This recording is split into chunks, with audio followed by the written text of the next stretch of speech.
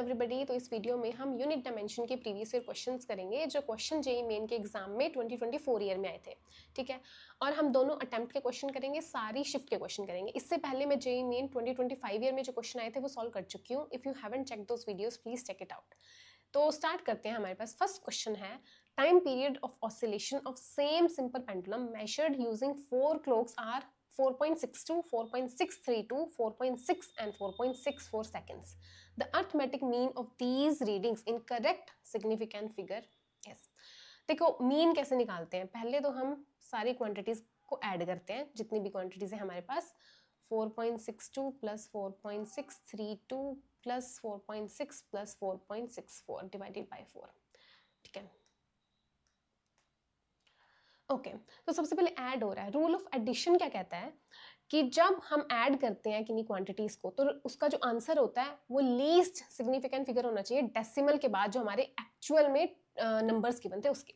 क्या मीनिंग है जो मैंने अभी बोला, देखो नंबर्स चेक करते हैं। 4.62 में डेसिमल के बाद कितने सिग्निफिकेंट फिगर हैं? 2 हैं।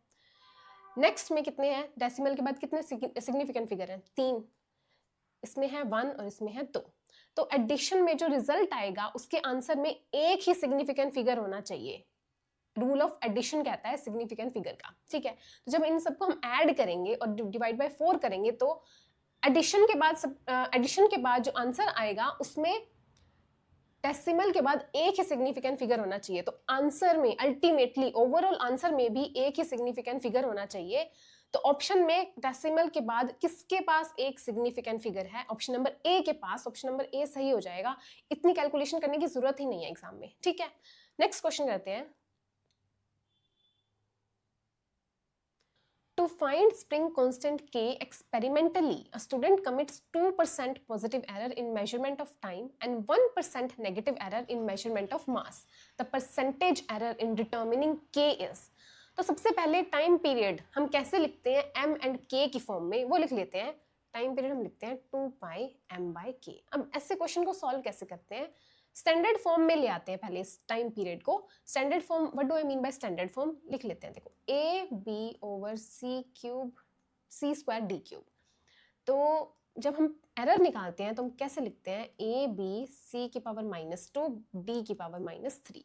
और जब हम एरर निकालते हैं तो a की पावर क्या है? 1, तो 1 del a by a, b की पावर भी 1 है, del b by b, plus c की पावर है -2 बट मोड में आएगा -2, डेल c बाय c, और फिर अगेन मोड में 3 डेल d बाय d।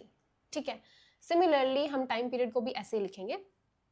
तो 2 पाई तो कांस्टेंट है, m की पावर हाफ, k की पावर -हाफ।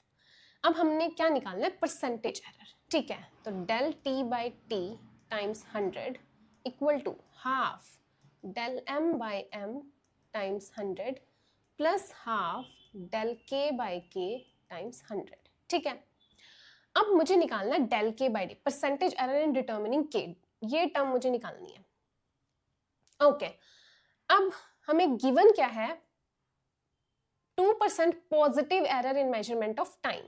तो ये पूरी टर्म क्या है? 2% के इक्वल।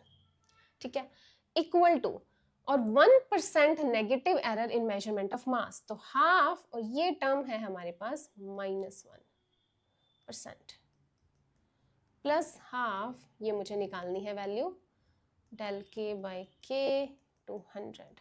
ओके, 2 से मल्टीप्लाई कर देते हैं, यहां से आ जाएगा 4% equal to -1 plus del k by k into 100, और ये टर्म मुझे निकालनी है तो ऐड कर देंगे तो ओवरऑल क्या आ जाएगा? 5%। तो 5% हमारा परसेंटेज एरर हो जाएगा इन डिटर्मिनिंग k। तो ऑप्शन नंबर डी जो है 5% हमारा करेक्ट आंसर हो जाएगा। ठीक है, नेक्स्ट क्वेश्चन करते हैं। In an expression a times 10 to the b, option दे दिए, b is the order of magnitude for this, b option है b is the order of magnitude for this and c and d so on. ठीक है, तो हमें क्या given है? a times 10 to the b। तो 10 टू द b, b यहां पे क्या है? Order of magnitude first of all. तो ऑप्शंस में चेक करेंगे तो a b c में दिया हुआ है कि b ऑर्डर ऑफ मैग्नीट्यूड है, ठीक है, जो पावर को एक्सपोनेंट को हम बोलते हैं ऑर्डर ऑफ मैग्नीट्यूड। ओके, अब ये ऑर्डर ऑफ मैग्नीट्यूड b तब तक रहती है जब a की वैल्यू लेस देन या इक्वल टू 5 हो। जैसे ही a की वैल्यू ग्रेटर देन 5 होगी, ये ऑर्डर ऑफ मैग्नीट्यूड क्या हो जाएगा, b+1। तो हमें क्या पूछा है कि ऑर्डर ऑफ मैग्नीट्यूड तो b ही रहना चाहिए, तो a की क्या वैल्यू होगी, a की वैल्यू होनी चाहिए लेस देन और इक्वल टू 5, यानी कि ऑप्शन नंबर b मैच कर रहा है, तो ऑप्शन नंबर b जो है वो करेक्ट ऑप्शन हो जाएगा। ठीक है, नेक्स्ट क्वेश्चन करते हैं। The resistance R equal to V by I, where V is this and I is this. Percentage error in R is. Again percentage error पूछा है, R हमें दे दिया V by I. इसको हम कैसे लिखेंगे, V की पावर 1 है, I की पावर है -1.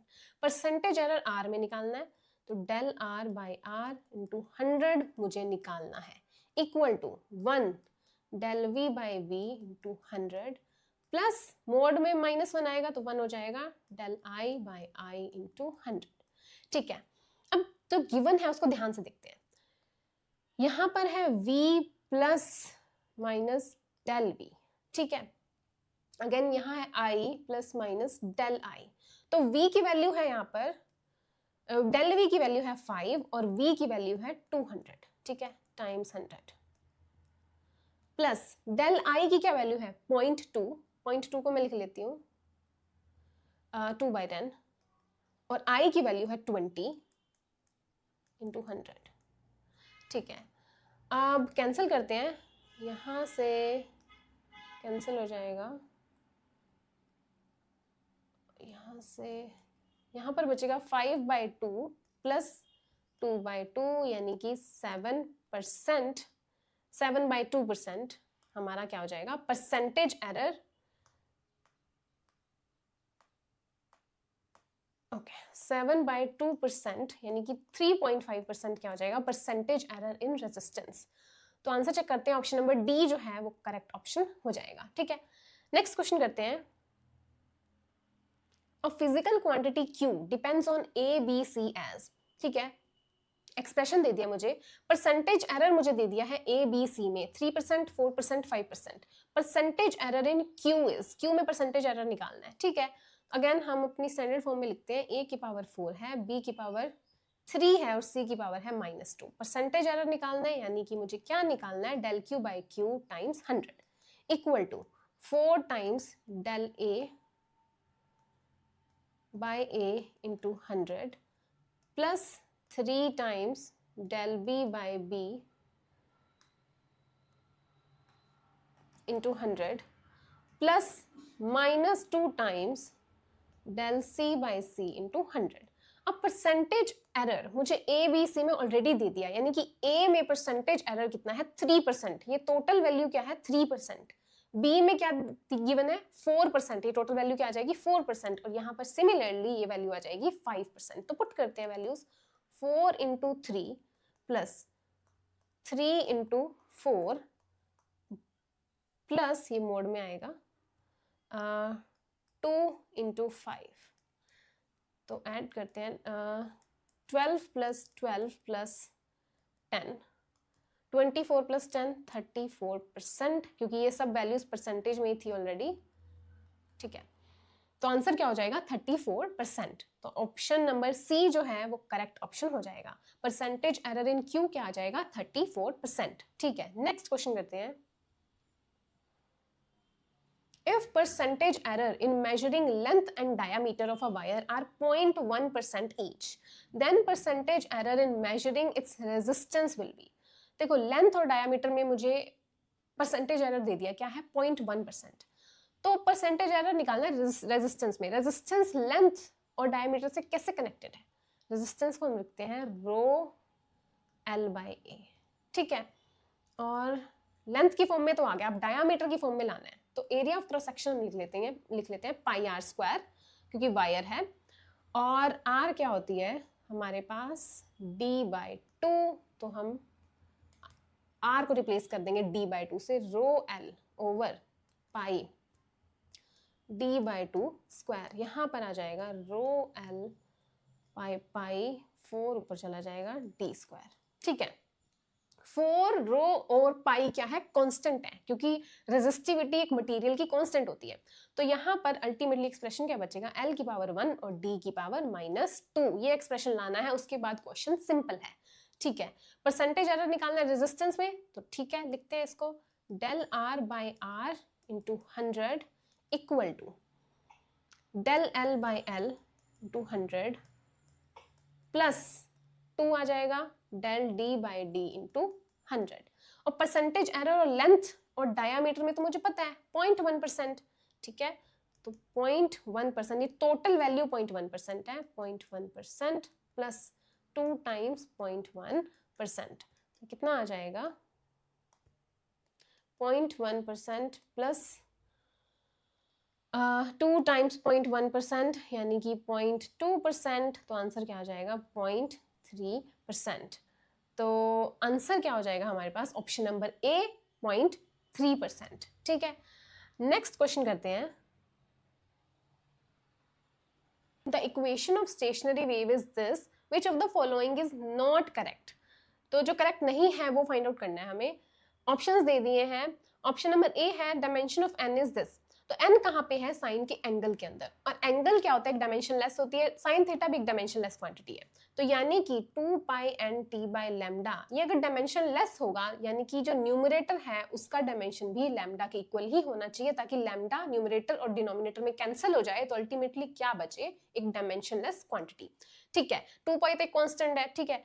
एन टी का डायमेंशन है लैम्डा का, एन क्या है, एन का डायमेंशन मुझे फाइंड आउट करना है, टी टाइम का डायमेंशन है और लैम्डा के पास है लेंथ का डायमेंशन, तो एन के पास किसका आ जाएगा, एल टी की पावर -1 का डायमेंशन। तो ऑप्शन ए क्या है, एक सही स्टेटमेंट है, सही करेक्ट है ऑप्शन नंबर ए, ठीक है। ऑप्शन नंबर बी है dimension of x is L, x तो पोजीशन होती है, पोजीशन का डायमेंशन एल होता है, बी स्टेटमेंट, बी ऑप्शन भी ठीक है। सी है dimension of N T is L, ठीक है, यहां पर हम देख सकते हैं कि एन टी का डायमेंशन एल के इक्वल है, ठीक है, सी भी ठीक है। डी स्टेटमेंट है dimension of N by lambda is T, तो एन बाई लैम्डा यहां से करेंगे अगर हम, एन बाई लैम्डा का डायमेंशन क्या आ रहा है, 1/t, यानी कि t की पावर -1। तो ऑप्शन में क्या दिया है, t की पावर +1, तो ऑप्शन नंबर डी क्या हो जाएगा, गलत हो जाएगा। तो अल्टीमेटली सही हमारे पास ऑप्शन डी ही हो जाएगा, क्योंकि मुझे फाइंड आउट करना था कि कौन सा करेक्ट नहीं है, ठीक है। तो डी सही हो जाएगा उस वे में। नेक्स्ट क्वेश्चन करते हैं, applying principle of homogeneity of dimensions, determine which one is correct, where t is time period, g is gravitational constant, m is mass and r is radius of orbit, ठीक है। Principle of homogeneity of dimension क्या कहता है, left hand side और right hand side के dimension क्या होने चाहिए, सेम होने चाहिए। तो देख लेते हैं, चेक कर लेते हैं। सबसे पहले g का डायमेंशन फाइंड आउट कर लेते हैं, g का ग्रेविटेशनल कांस्टेंट का। तो f क्या होता है, gm² बाय r², तो यहाँ से g आ जाएगा fr² बाय m², ठीक है। अब चेक करते हैं हम, ऑप्शन नंबर ए क्या है, t² equal to 4 pi r² over g है fr² बाय m², और यहाँ पर मैं लिख लेती हूँ m,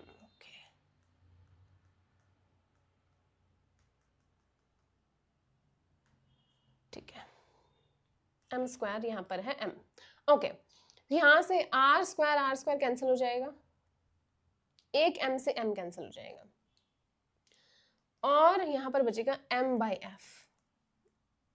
तो ये तो t² के इक्वल नहीं आएगा, f का डायमेंशन होता है m1 l1 t -2, तो m कैंसिल हो जाएगा, स्टिल l बचा है हमारे पास, तो t का डायमेंशन नहीं आएगा, ठीक है। b पर चलते हैं फटाफट, एग्जाम में फटाफट करना है ये calculation. t² equal to 4 pi r³ over gm, ठीक है, 4 पाई r³, g को लिख लेते हैं fr² बाय m², यहाँ पर है m, यहाँ पर एक r बचेगा, कांस्टेंट में एक बार इग्नोर करती हूँ क्योंकि कांस्टेंट का डायमेंशन नहीं होता, f और बाय m, तो अल्टीमेटली t² किसके इक्वल आ जाएगा, rm बाय f के। तो कंपेयर करते हैं f को लिखकर m l t -2, यहाँ से r के पास भी l का डायमेंशन है न्यूमरेटर में, m के पास भी मास का डायमेंशन है, तो ये कैंसिल हो जाएंगे, तो अल्टीमेटली बचेगा टी स्क्वायर। तो लेफ्ट हैंड साइड और राइट हैंड साइड इक्वल आ जाएंगे, तो बी ऑप्शन क्या हो जाएगा, करेक्ट हो जाएगा। जहां पर ऑप्शन करेक्ट आ जाए वहीं क्लिक कर देना है, be confident in your self, ठीक है, टाइम भी सेव होगा इससे। तो बी ऑप्शन क्या हो जाएगा, करेक्ट ऑप्शन हो जाएगा। नेक्स्ट क्वेश्चन करते हैं। If G is gravitational constant and U is energy density, then which of the following quantity have the dimension as that of square root UG? ठीक है, U क्या है, एनर्जी डेंसिटी, G है gravitational constant. अभी हमने dimension निकाला है, फिर से निकाल लेते हैं। F को कैसे लिखते हैं, G m square over R square से। यहाँ से G का डायमेंशन आ जाएगा basically F R square over M square. F R square by M square के डायमेंशन के इक्वल होगा G का डायमेंशन, ठीक है। अब हमने निकालना है स्क्वायर रूट UG का। U क्या है, एनर्जी डेंसिटी, यानी कि एनर्जी बाय वॉल्यूम, ओके। और G के पास डायमेंशन है F R square over M square का। अब हम एनर्जी के पास किसका डायमेंशन है, बेसिकली वर्क डन का, और वर्क डन को हम लिखते हैं फोर्स टाइम्स डिस्प्लेसमेंट, तो एफ आर लिख देती हूँ मैं, और यहाँ पर एक और एफ आर स्क्वायर है डिवाइड बाय वॉल्यूम, क्या होगी, आर क्यूब के डायमेंशन के इक्वल, और एम स्क्वायर। यहाँ से r तो कैंसिल हो जाएगा, बचेगा f square over m square का अंडर रूट, और स्क्वायर रूट से बाहर आएगा तो क्या आएगा, f बाई m। तो स्क्वायर रूट UG के पास किसका डायमेंशन है, फोर्स पर यूनिट मास का, तो option number D, force per unit mass हमारा करेक्ट ऑप्शन हो जाएगा, ठीक है। नेक्स्ट क्वेश्चन करते हैं। What is dimensional formula of AB to the power -1 in the equation.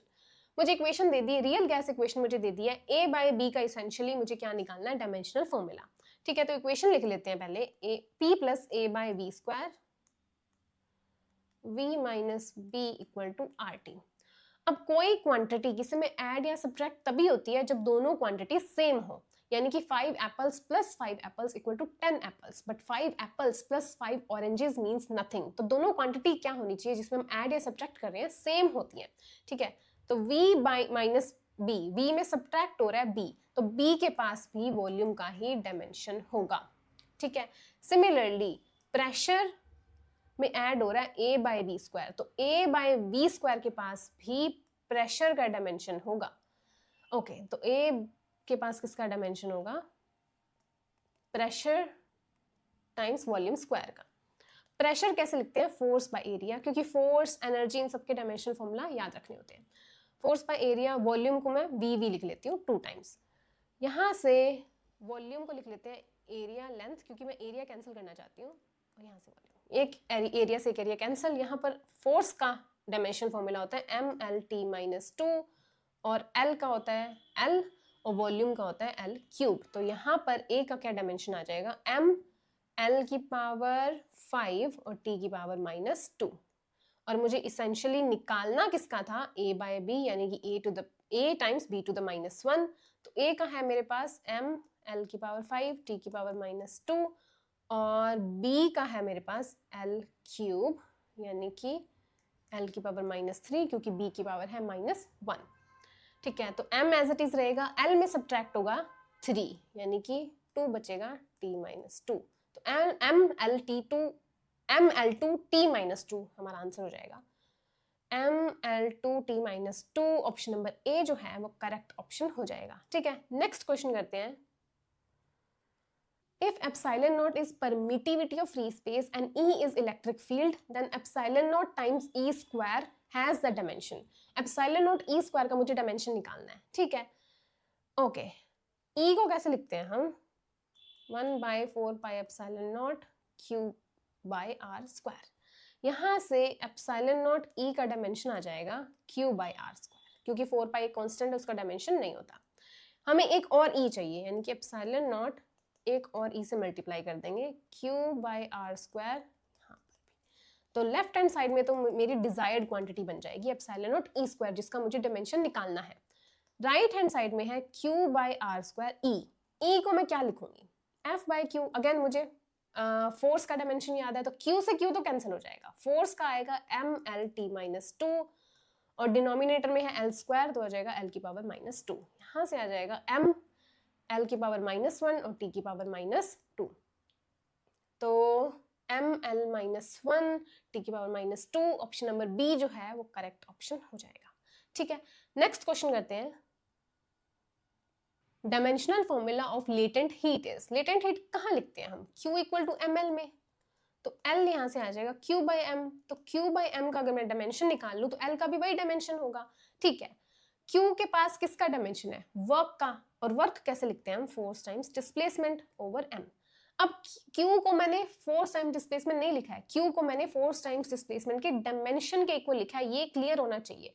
In questions में, डायमेंशनल फॉर्मूला वाले क्वेश्चन में हम ऐसे ही करते हैं, डायमेंशन के इक्वल रखते हैं, हम क्वांटिटी के इक्वल नहीं रखते। ठीक है, तो Q के पास डायमेंशन है फोर्स टाइम्स डिस्प्लेसमेंट का।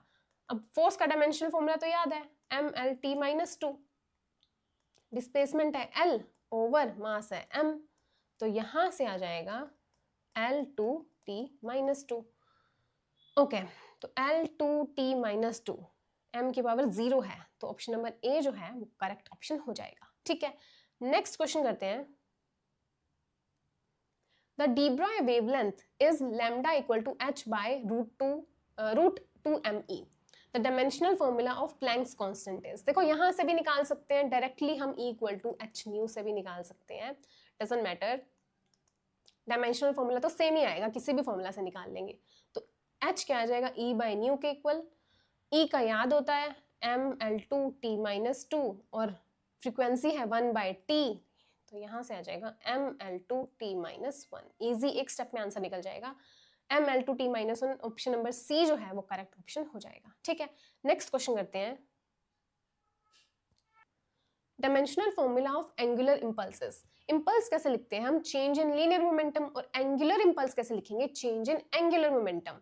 तो एंगुलर इंपल्स आई से डिनोट कर देती हूँ मैं, क्या आएगा, चेंज इन एंगुलर मोमेंटम, तो अल्टीमेटली mvr के डायमेंशन के इक्वल।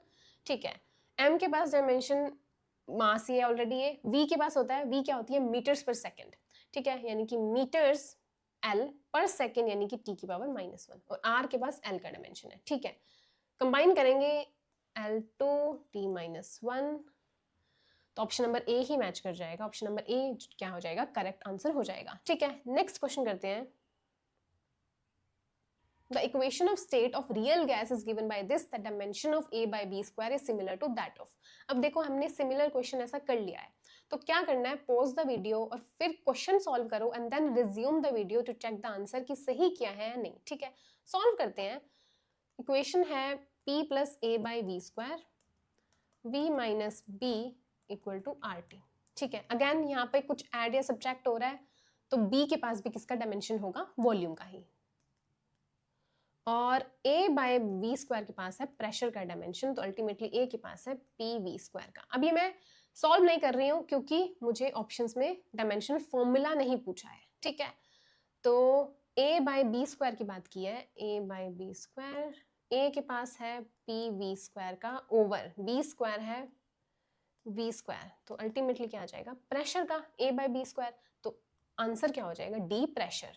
ठीक है, नेक्स्ट क्वेश्चन करते हैं। If mass is written as m is this, then the value of p will be, constants have their usual meaning with k a dimensionless constant, तो k हमारे पास है dimensionless constant, तो k को हम हटा देते हैं। m की क्या इक्वेशन है, c की पावर p, g की पावर माइनस हाफ, h की पावर हाफ। यहाँ पर m है मास, c है speed of light, and g है ग्रेविटेशनल कांस्टेंट, और h है हमारे पास प्लैंक्स कांस्टेंट। तो g को कैसे लिखते हैं हम, ओके, सी को लिख लेते हैं, सी है स्पीड ऑफ लाइट यानी कि एल टी माइनस 1। जी को कैसे लिखेंगे, F equal to G M square by R square, यहाँ से जी आ जाएगा F R square by M square. Okay, F का डायमेंशन फॉर्मूला होता है एम एल टी माइनस 2 और आर स्क्वायर का L square over M square. Okay, और एच है हमारे पास ई बाई न्यू यानी कि ई टी, और E के पास होता है ml2t माइनस 2 और t। ठीक है,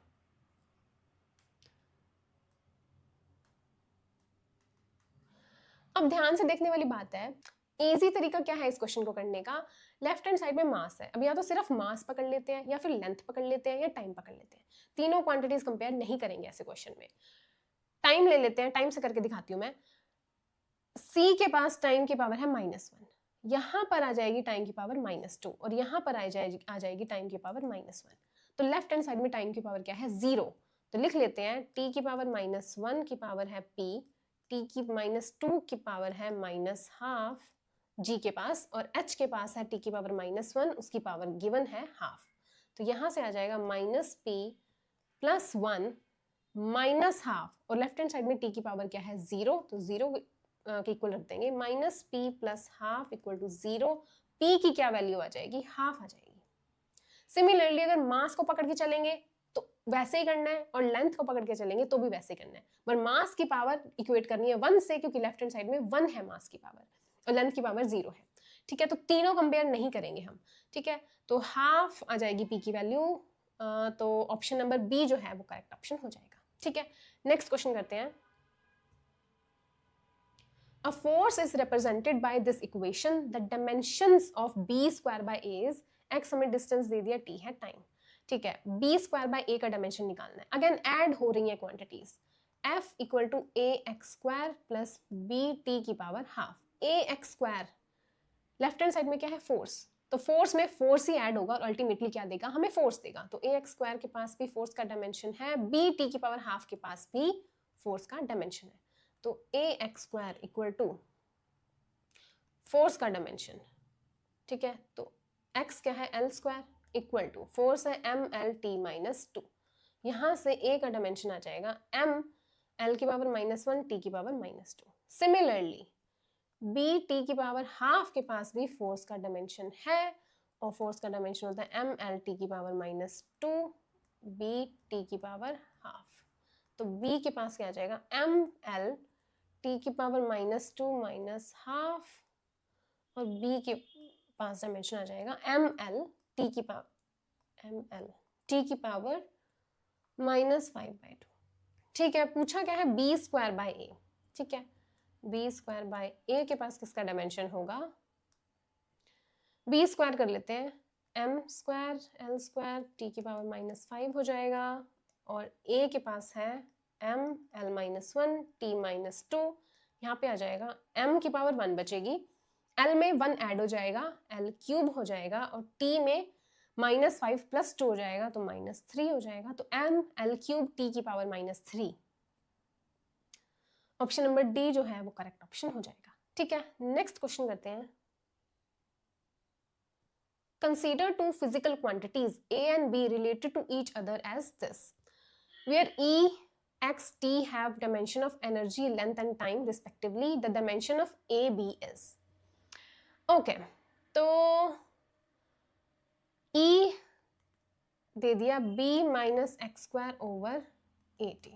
A, B का डायमेंशन मुझे निकालना है। अगेन B में सब्ट्रैक्ट हो रहा है x², तो B के पास भी किसका डायमेंशन होगा x² का, यानी कि B के पास डायमेंशन है l² का, और B - x² बाय AT किसके इक्वल है E के, यानी कि न्यूमरेटर में डायमेंशन आ गया l²। ठीक है, l² में सब्ट्रैक्ट होगा l², अल्टीमेटली क्या देगा l², डिवाइडेड बाय है AT। यहां से आ जाएगा A क्या आ जाएगा l² बाय t, और यहाँ आ जाएगा ई का, अगेन डायमेंशन फॉर्मूला याद होता है, l² t, e का होगा ml2 t - 2। यहाँ से आ जाएगा l² से l² कैंसिल, m की पावर -1 और t की पावर 1। ठीक है, तो हमने क्या निकालना है a b का डायमेंशन, तो मल्टीप्लाई कर देंगे m - 1 t1 और l², यहाँ से आ जाएगा m - 1 l² t की पावर 1। तो m - 1 l² t की पावर 1, ऑप्शन नंबर सी जो है वो करेक्ट ऑप्शन हो जाएगा। ठीक है, नेक्स्ट क्वेश्चन करते हैं। मैच द लिस्ट क्वेश्चन है हमारे पास। अब अगेन मैंने 2025 के क्वेश्चन जब सोल्व किए थे तब भी एक्सप्लेन किया था कि ये वाले क्वेश्चन क्या है, टाइम वेस्टिंग क्वेश्चन है एग्जाम के पॉइंट ऑफ व्यू से, क्योंकि देखो लेफ्ट हैंड साइड में 4 क्वांटिटीज दे दी है, राइट हैंड साइड में 4 डायमेंशनल फॉर्मूला दे दिया है, 4 क्वांटिटीज के 4 डायमेंशनल फॉर्मूला निकालोगे तो कितना टाइम वेस्ट हो जाएगा। हम ये नहीं चाहते एग्जाम के अंदर कि एक क्वेश्चन जिसमें ज्यादा टाइम चाहिए था वो क्वेश्चन रह गया इस क्वेश्चन की वजह से, हम ये नहीं चाहते हैं। ये क्वेश्चन भी करेंगे, वो क्वेश्चन भी करेंगे टाइम मैनेजमेंट के साथ, ठीक है। ये क्वेश्चन कैसे करना है, ऑप्शंस देखते हैं सबसे पहले ऐसे क्वेश्चंस में। ऑप्शन जो क्वांटिटी ए है वो 4 के साथ मैच हो रही है, फिर 1 के साथ हो रही है, 3 के साथ हो रही है, फिर 4 के साथ हो रही है। बी में भी रिपीट हो रही है, कहाँ रिपीट हो रहा है बेसिकली 3 यहाँ पर आ रहा है, सी भी रिपीट हो रहा है, सी तो 3 बार रिपीट हो, सी तो हम नहीं कैलकुलेट करेंगे, डी भी रिपीट हो रहा है। तो ये इस क्वेश्चन में हमें 2 क्वांटिटी निकालनी पड़ेंगे, 2 क्वांटिटी का डायमेंशन निकालना पड़ेगा, ये समझ आ जाएगा कैसे करना है, ठीक है। पहले ए का निकालते हैं, टॉर्क निकाल लेते हैं, जो इजी लगे वो निकाल लेना है, ठीक है। टॉर्क का निकालते हैं, टॉर्क क्या होता है आर एफ से हम लिखते हैं, एफ का मुझे याद है, आर क्या क्या होता है L, M L T minus two, यहाँ से आ जाएगा M L two T minus two, okay. M L two T minus two कहाँ पर है 4, तो ए क्वांटिटी मैच हो रही है 4 के साथ। अब ऑप्शंस चेक करते हैं, ए क्वांटिटी कौन कौन से ऑप्शन में 4 के साथ मैच हो रही है, ए में और डी में, तो ये कंफर्म हो गया आंसर ए या डी में से ही है। अब बी क्वांटिटी यहाँ पर 2 के साथ मैच हो रही है, यहाँ पे 3 के साथ मैच हो रही है, और सी क्वांटिटी 3 के साथ मैच हो रही है, 2 के साथ मैच हो रही है। या तो बी निकाल लो या सी निकाल लो, क्योंकि सी डी दोनों सेम है, डी निकालने का फायदा नहीं है।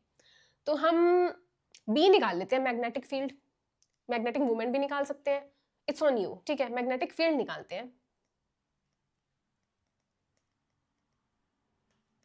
बी, ठीक है। एफ हम कैसे लिखते हैं आई एल बी से, यहां से बी का डायमेंशन क्या आ जाएगा एफ बाई आई एल के इक्वल। एफ का क्या होता है M L T minus two, I का क्या होता है एम्पियर, और एल का एल होता है, तो एल से एल तो कैंसिल हो जाएगा, यहाँ से बचेगा एम टी की power minus two ampere inverse, ठीक है। चेक करते हैं, एम टी की power minus two ampere inverse, जो बी है वो मैच हो रहा है 3 के साथ, टी की पावर माइनस टू, ठीक है। तो बी 3 के साथ मैच हो रहा है, तो ए या डी में से बी किसके साथ, कौन सा ऑप्शन है जिसमें बी 3 के साथ मैच हो रहा है और ए 4 के साथ, ऑप्शन नंबर डी, बाकी निकालने की जरूरत नहीं है, ठीक है। नेक्स्ट क्वेश्चन करते हैं, अब इस क्वेश्चन में और क्लियर हो जाएगा कैसे करने हैं इन क्वेश्चंस को। कोफिशिएंट ऑफ विस्कोसिटी, ठीक है, सबसे पहले ऑप्शन चेक करते हैं, ए सबसे किसी में भी मैच नहीं कर रहा तो ए क्वांटिटी निकाल लेते हैं, यहाँ पर बी भी मैच नहीं कर रहा है और सी रिपीट हो रहा है, डी भी रिपीट हो रहा है, तो ए या बी में से कुछ भी निकाल लेंगे, इट्स ऑन यू, ठीक है। ए क्वांटिटी निकालते हैं coefficient of viscosity, F Stokes law कैसे लिखते हैं 6 पाई ईटा आर वी से, यहाँ से ईटा आ जाएगा F by R V, 6 pi constant है इग्नोर कर देंगे। एफ का फॉर्मूला होता है M L T minus two, R के पास डायमेंशन है एल का, और वेलोसिटी के पास है एल टी की पावर माइनस वन का, यहाँ से आ जाएगा एम तो एज इट इज रहेगा, एल से एक एल से कैंसिल हो जाएगा, यहाँ से बचेगा एल की पावर माइनस वन और टी की पावर भी माइनस वन, ठीक है। ये आ जाएगी कोफिशिएंट ऑफ विस्कोसिटी का dimension M L minus one T minus one, यानी कि ए मैच हो रहा है 3 के साथ। ऐसा कौन सा ऑप्शन है जिसमें ए 3 के साथ मैच हो रहा है, बी, बाकी किसमें तो मैच ही नहीं हो रहा, तो ऑप्शन नंबर बी ही सही होना चाहिए, तो ऑप्शन नंबर बी ही सही होगा, बाकी निकालने की जरूरत नहीं है, ठीक है। नेक्स्ट क्वेश्चन करते हैं, assertion and reason type questions. So given below are two statements. Statement 1 had dimension of specific heat is this. Statement 2 had dimension of gas constant is this. तो हमें फाइंड आउट करना है कि कौन सी statement सही है, गलत है, दोनों सही है या दोनों गलत है, ठीक है। स्पेसिफिक हीट कैसे लिखते हैं हम, Q equal to M C delta T, यहाँ पर आती है हमारी स्पेसिफिक हीट। C के पास किसका डायमेंशन होगा Q by M delta T. Again heat के पास किसका डायमेंशन है, वर्क डन का, वर्क डन हम लिखेंगे F times displacement, force time displacement. M के पास है एम, अगेन मास है, टेम्परेचर के पास है केल्विन का, ठीक है, ओके। एफ का डायमेंशन लिखते हैं F M L T minus two, displacement के पास है एल ओवर एम और केल्विन, ठीक है। यहाँ से एम तो कैंसिल हो जाएगा, एल स्क्वायर टी की पावर माइनस टू के की पावर माइनस वन, और गिवन क्या है, गिवन हमारे पास गिवन भी यही है। स्टेटमेंट ए तो ठीक है, डायमेंशन ऑफ गैस कांस्टेंट निकाल लेते हैं। गैस कांस्टेंट कहाँ आता है, आइडियल गैस इक्वेशन में P V equal to R T, R के पास डायमेंशन है पी वी बाई टी का। प्रेशर को लिख देंगे फोर्स बाय एरिया, वॉल्यूम के पास वॉल्यूम को लिख देंगे area into length divide by kelvin है हमारे पास। एरिया से एरिया कैंसल, फोर्स के पास बचेगा mLT-2 लेंथ और डिवाइडेड बाय केल्विन। यहां से आ जाएगा mL2T-2 kelvin inverse.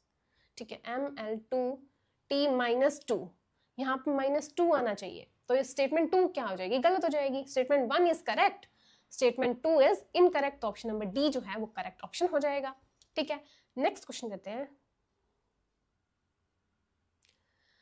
Again statement A है Planck's constant and angular momentum have same dimensions. Statement 2 है linear momentum and moment of force have same dimension. Statement 1 check करते हैं। Planck's constant और angular momentum के पास सेम डायमेंशन है। Planck's constant के पास किसका डायमेंशन है, h equal to E by nu. Angular momentum के पास है mvr, चेक कर लेते हैं फटाफट। e के पास है mL2T-2 और फ्रीक्वेंसी के पास है 1 बाय टाइम का, यहां से आ जाएगा mL2T की पावर -1। ठीक है, एंगुलर मोमेंटम का चेक कर लेते हैं। v के पास है LT-1 और r के पास है l, तो यहाँ से कंबाइन करेंगे mL2T-1, तो बिल्कुल ठीक है, दोनों के पास डायमेंशन सेम है, तो स्टेटमेंट 1 ठीक हो जाएगी। स्टेटमेंट 2 क्या कहती है, linear momentum and movement of force have same dimension. Statement 2 check करते हैं। Linear momentum F equal to हम लिखेंगे, या फिर हम लीनियर मोमेंटम को लिखते हैं mv। ठीक है, मोमेंट ऑफ फोर्स टॉर्क होता है बेसिकली rf, तो mv mLT-1 और rf हो जाएगा f के पास होता है mLT-2, यहाँ से आ जाएगा mL2T-2, तो ये कहीं से सेम नहीं है, तो स्टेटमेंट 1 अगेन करेक्ट है, स्टेटमेंट 2 फॉल्स है, तो statement 1 is true, 2 is false, option number B जो है वो करेक्ट ऑप्शन हो जाएगा। ठीक है, ओके, तो इतने ही क्वेश्चंस थे हमारे पास जेईई मेन में जो 2024 ईयर में आए थे यूनिट्स एंड डायमेंशन चैप्टर में। तो this is it for this video, I will see you guys in the next one.